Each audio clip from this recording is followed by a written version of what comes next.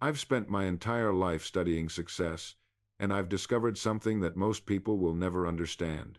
Right now, while you're listening to me, there are two people sitting side by side in the same office, doing similar work, with similar education and similar opportunities.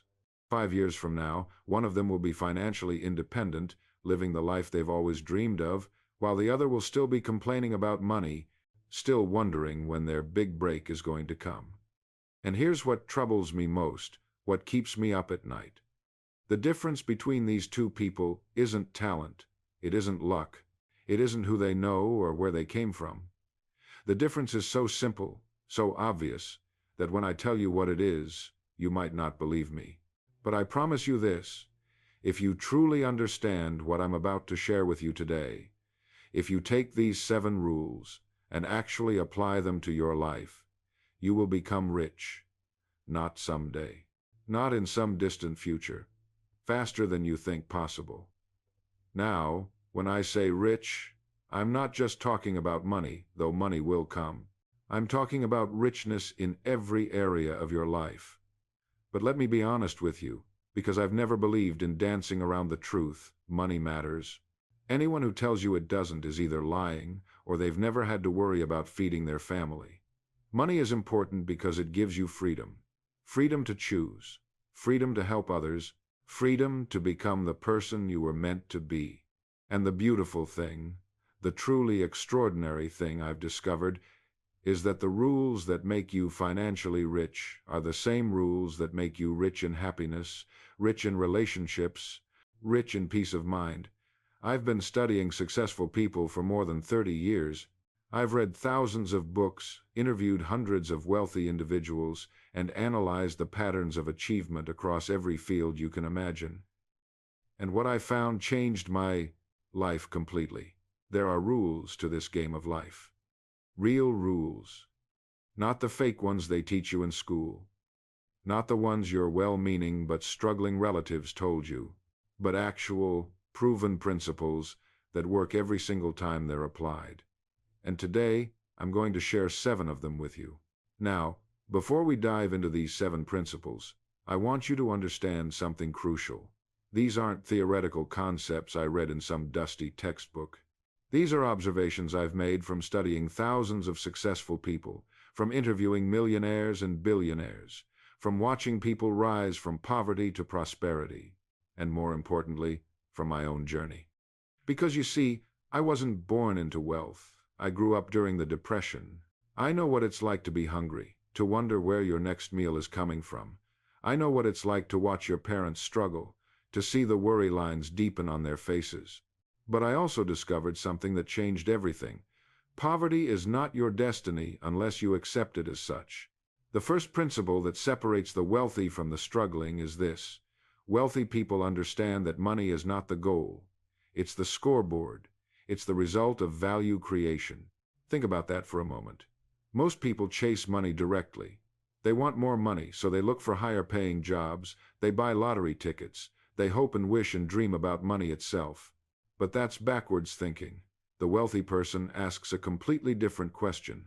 They ask, how can I provide more value? How can I solve bigger problems? How can I serve more people more effectively? And when you shift your focus from getting money to creating value, something magical happens. The money flows naturally as a consequence.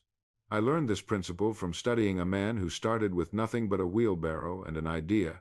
He noticed that homeowners in his neighborhood struggled with yard waste, so he started a simple service. He'd haul away their garden waste for a small fee. He wasn't thinking about becoming a millionaire. He was thinking about solving a problem. But as he served more homes, as he hired helpers, as he expanded his service, the money came.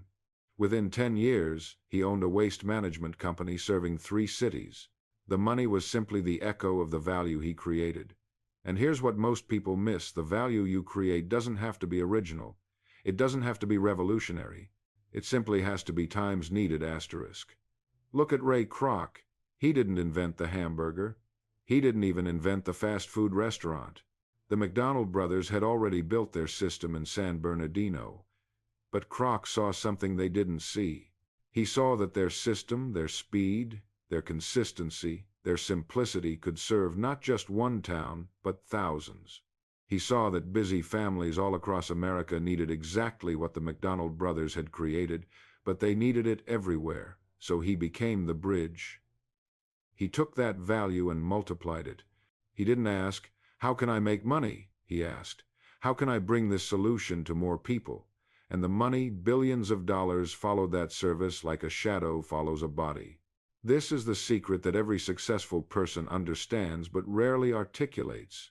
You don't chase money, you chase problems. The bigger the problem you solve, the more people you solve it for, the more money flows to you. It's not manipulation. It's not luck. It's natural law. Think of yourself as a farmer for a moment. You don't go into your field and beg the soil to give you wheat. You don't stand there shouting at the ground, demanding a harvest. That would be insane. Instead, you prepare the soil. You plant the seeds. You water them, protect them, nurture them. And then, in time, the harvest comes. Must times come. It's the law of the farm. Money works the same way. You prepare yourself, your skills, your knowledge, your character. You plant seeds of service. You solve problems. You help people. You create value. You nurture those seeds with consistency, with excellence, with genuine care. And then the harvest comes. It has to. It's the law of wealth. But here's where most people stumble. They plant a seed on Monday and dig it up on Tuesday to see why it hasn't grown. They serve one customer, help one person, solve one problem, and then immediately look at their bank account with disappointment. "It's not working," they say, and they quit. But the person who understands the law, they know that every action is a seed. They know that harvest doesn't come the day after planting. They keep serving, keep delivering value, keep showing up with excellence, even when the bank account hasn't caught up yet. And this is where most people reveal whether they truly believe in cause and effect, or whether they were just hoping for magic. Because here's what I've observed. The person who quits after a week didn't fail because their idea was wrong. They failed because they never actually believed in the law. They were experimenting, testing, dipping their toe in the water to see if it was warm enough. But success doesn't respond to casual interest. It responds to commitment. It responds to the person who says, "I will do this whether I see results in a week, a month, or a year, because I know that right action must produce right results." Think about the farmer again. Imagine if he planted his seeds, then walked out to the field every morning, staring at the dirt with frustration. "Nothing yet," he mutters. By the third day, he's angry. By the fifth day, he's digging up the seeds to see if they're even growing. By the seventh day, he's plowed the whole field under and started over with different seeds. Ridiculous, right? But that's exactly what people do with their goals, their businesses, their dreams. They sabotage the very process that would have led to their harvest simply because they couldn't see the roots growing underground. You cannot see the roots, but that doesn't mean they aren't there. Every conversation you have, every piece of value you deliver, every moment you spend improving your skill, every time you show up with integrity even when no one's watching, these are roots growing deep beneath the surface. And one day, seemingly overnight to everyone watching, the plant breaks through the soil, the results appear, the success arrives, and people will say, "You're so lucky." But you'll know better. You'll know that luck is what happens when daily discipline meets opportunity. And you'll smile quietly, because while others were waiting for their big break, you were busy becoming the person who could handle it when it came. You see, most people live as though success is a lightning strike, rare, random, unpredictable. They're waiting for the storm. But you and I know better. Success isn't lightning. It's friction. It's the match striking the box, day after day, until the tinder catches and the flame grows.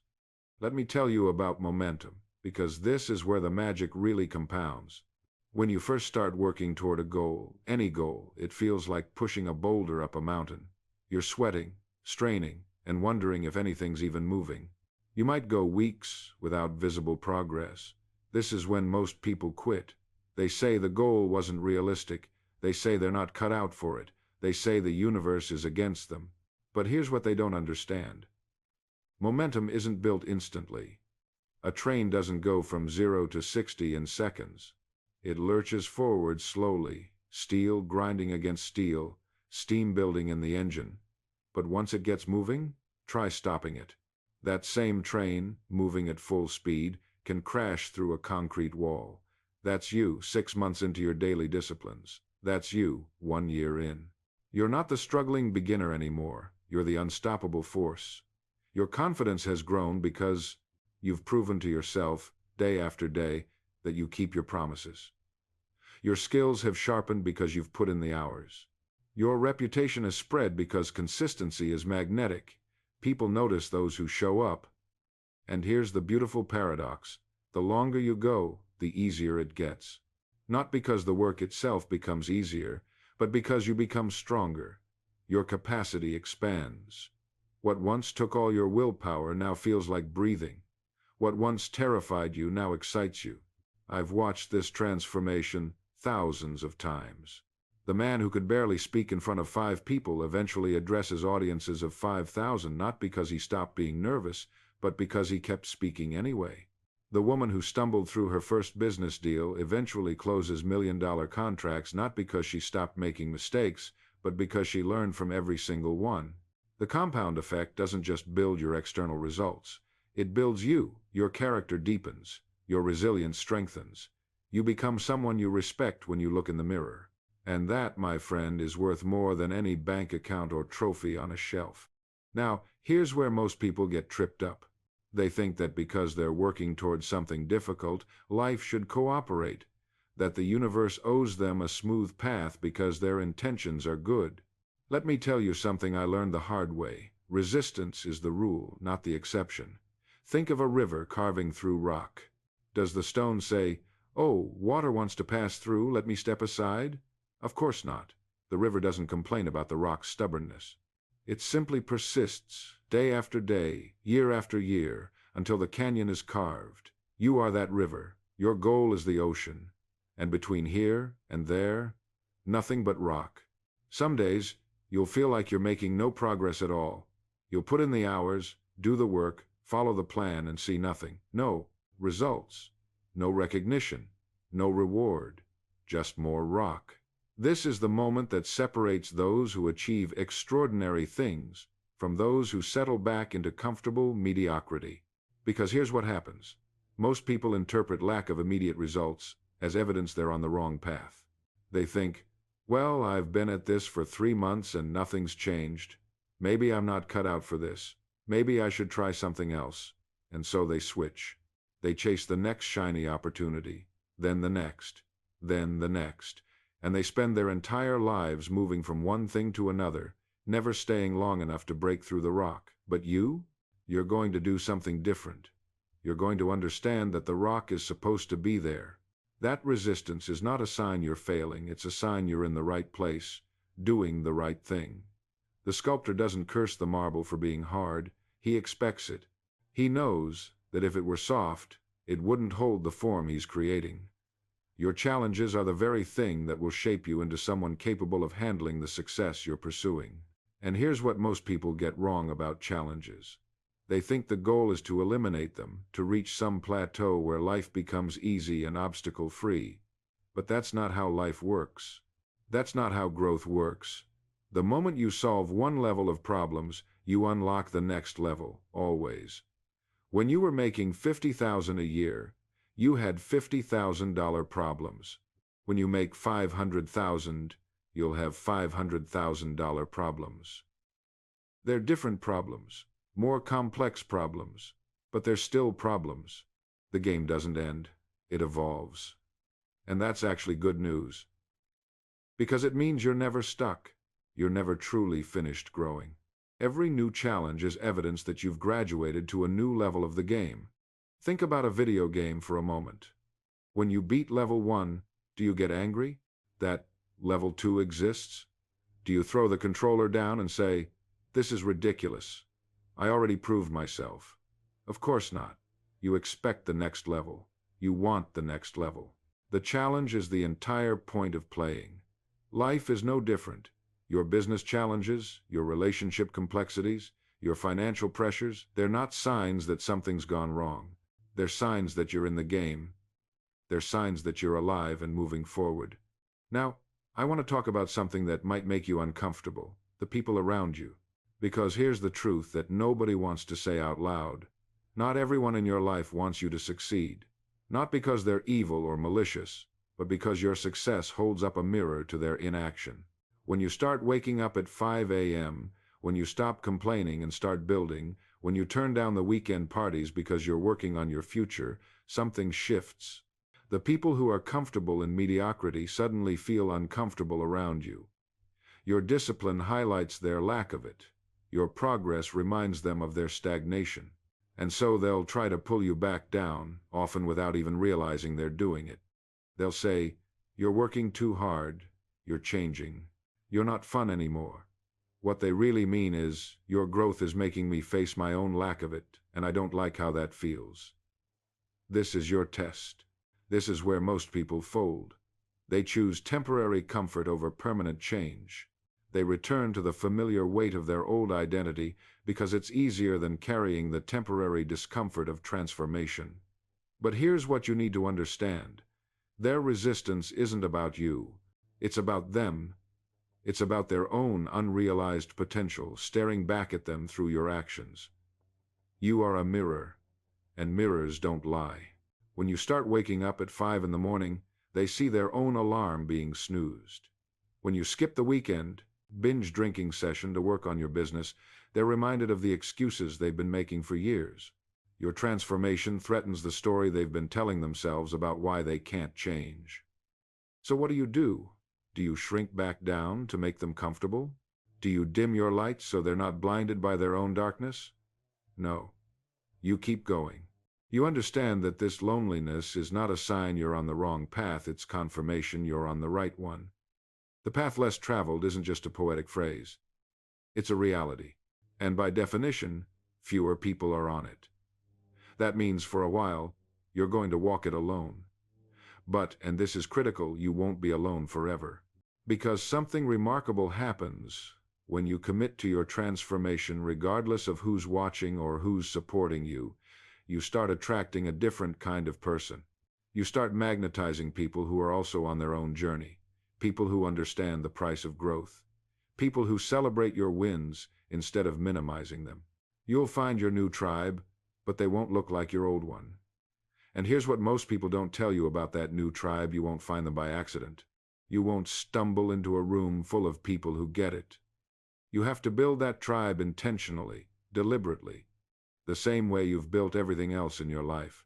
Look for the people who are reading when everyone else is scrolling, the ones taking courses while their peers are complaining about being bored, the ones investing in themselves while others are investing in comfort. Your new tribe might be scattered. They might be online, in different cities, in different time zones.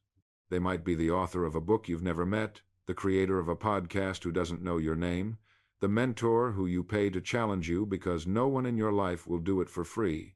I've seen people build entire support systems from people they've never physically met. And you know what? Those relationships were stronger than the ones they had with people they'd known for 20 years. Because they were built on shared values, not just shared history. Now let me tell you something about the quiet that comes with real change. There's a period, and this catches everyone off guard, where you're not where you were, but you're not quite where you're going either. You've left the old version of yourself behind, but the new version hasn't fully formed yet. This in-between space? It's uncomfortable as hell. You don't fit in your old life anymore, but you haven't quite built your new one. You're like a snake shedding its skin, vulnerable, exposed, not quite yourself. Most people panic here. They think they've made a mistake. They rush back to what's familiar, even if it was killing them slowly. They'd rather have the comfort of the known misery than the uncertainty of potential greatness. But if you can sit in that discomfort, if you can trust the process even when you can't see the outcome, something remarkable happens. You stop needing external validation to know you're on the right path. You develop an internal compass that's more reliable than any advice, any opinion, any judgment from the outside world. You start measuring your days differently, not by how comfortable you felt, but by how much you grew. Not by who approved of you, but by whether you approved of yourself. Not by whether you fit in, but by whether you're becoming who you're meant to be. And here's something most people never consider. The loneliness you feel right now might actually be your soul's way of protecting something precious inside you. Something that would be diluted, compromised, or lost entirely if you forced yourself into connections that don't honor who you really are. Think about water. Pure water is clear, clean, life-giving. But mix it with just a little mud, and it becomes cloudy. Mix it with toxins, and it becomes poison. Your solitude is like being pure water in a jar, waiting not to be mixed with just anything, but to be poured into something worthy of what you have to offer. The people who criticize your solitude, who call you antisocial or difficult or too picky, they're often living lives of quiet compromise. They've mixed their water with so much mud that they can no longer remember what clarity feels like. And misery doesn't just love company, it demands it. It insists that everyone else cloud their water too, because your clarity is a mirror that shows them what they've lost. But you didn't choose this path to make others comfortable. You chose it, or perhaps it chose you, because somewhere deep inside you knew that your life was meant for something more than comfortable numbness. I've watched this pattern repeat itself throughout history. The mystics who retreated to caves and monasteries weren't running away from life, they were running toward a deeper life that the marketplace could never offer. The inventors who locked themselves in workshops weren't antisocial, they were in deep conversation with possibility itself. The writers who disappeared for months at a time weren't avoiding people, they were diving into the depths of human experience that small talk never reaches. Your loneliness might be the price of admission to a life that most people will never understand, but that some people, the right people, will recognize instantly when they finally meet you, and they will meet you. But not because you pretended to be someone else. Not because you forced yourself into spaces where you didn't belong. They'll meet you because you had the courage to be exactly who you are, wherever you are, without apology and without explanation. That's what people are searching for, by the way. Not another person trying to impress them, not another carefully crafted performance. They're looking for someone real, someone who isn't afraid to take up spaces themselves. Someone who proves that it's possible to exist in this world without constantly apologizing for your existence. And here's what happens when you become that person. When you stop adjusting your personality like a thermostat based on who walks into the room. When you stop code-switching your soul out of existence. When you plant your feet and say, "This is who I am, and I'm staying right here." First, you become magnetic, not popular, magnetic. There's a difference. Popular means everyone kind of likes you. Magnetic means the right people are drawn to you like you're the only source of warmth in a cold room. The ones who resonate with your frequency find you. The ones who speak your language recognize you. The ones who've been looking for exactly what you offer suddenly see you clearly. Second, you stop exhausting yourself. Do you have any idea how much energy it takes to be someone else? To monitor every word, every gesture, every expression? To run a constant background program in your mind that asks, is this okay?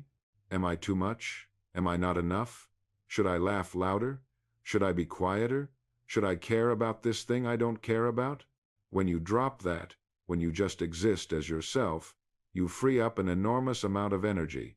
Energy you can use to actually build something, create something, become something. Third, you start attracting opportunities that actually fit you. When you're pretending, you attract opportunities meant for the person you're pretending to be. And then you get them and realize, I don't even want this. But when you show up as yourself, the opportunities that come to you are designed for who you actually are. They fit. They feel right. They don't require you to twist yourself into shapes that hurt. They allow you to grow in a direction that's uniquely yours, not borrowed from someone else's highlight reel. And here's what happens when you begin to make choices from time's place. Everything becomes simpler. Not easier, simpler. There's a clarity that arrives when you stop negotiating with who you think you should be and start building from who you actually are. You begin to notice that the decisions that used to paralyze you, should I stay or go, should I speak or stay silent, should I risk or play it safe, those decisions start resolving themselves more quickly. Not because you've become reckless, but because you've become times-aligned asterisk. The compass inside you isn't spinning wildly anymore. It's pointing true north. And you also start to trust yourself in ways you couldn't before. Because when your choices come from authenticity rather than performance, even the ones that don't turn out perfectly still feel times like yours. They don't leave you with that hollow regret that comes from living someone else's script. They leave you with something far more valuable: self-respect. Now, let me be clear about something. This kind of living, this refusal to perform a version of yourself that doesn't exist, it won't always win applause. In fact, sometimes it'll do the opposite. Some people will be confused by your choices. Others will be threatened. A few might even try to convince you that you've lost your way. But here's what I've learned. The people who truly matter, the ones worth keeping close, they won't ask you to shrink or pretend. They'll see the real you emerging, and they'll lean in closer, not pull away. Because authenticity recognizes authenticity, truth calls to truth, and as for the rest, well, you'll learn to bless them and release them, not with bitterness, but with understanding. Because you'll realize that their discomfort with your authenticity is really just a mirror reflecting their own discomfort with themselves, and that's not your responsibility to fix. What times your responsibility is this: to keep showing up as the person you actually are, to keep making choices that honor your truth, to keep building a life that fits the shape of your real self, not the projected self you thought the world wanted to see. Because at the end of all of this, at the end of your days, when you look back, you won't remember the times you performed perfectly.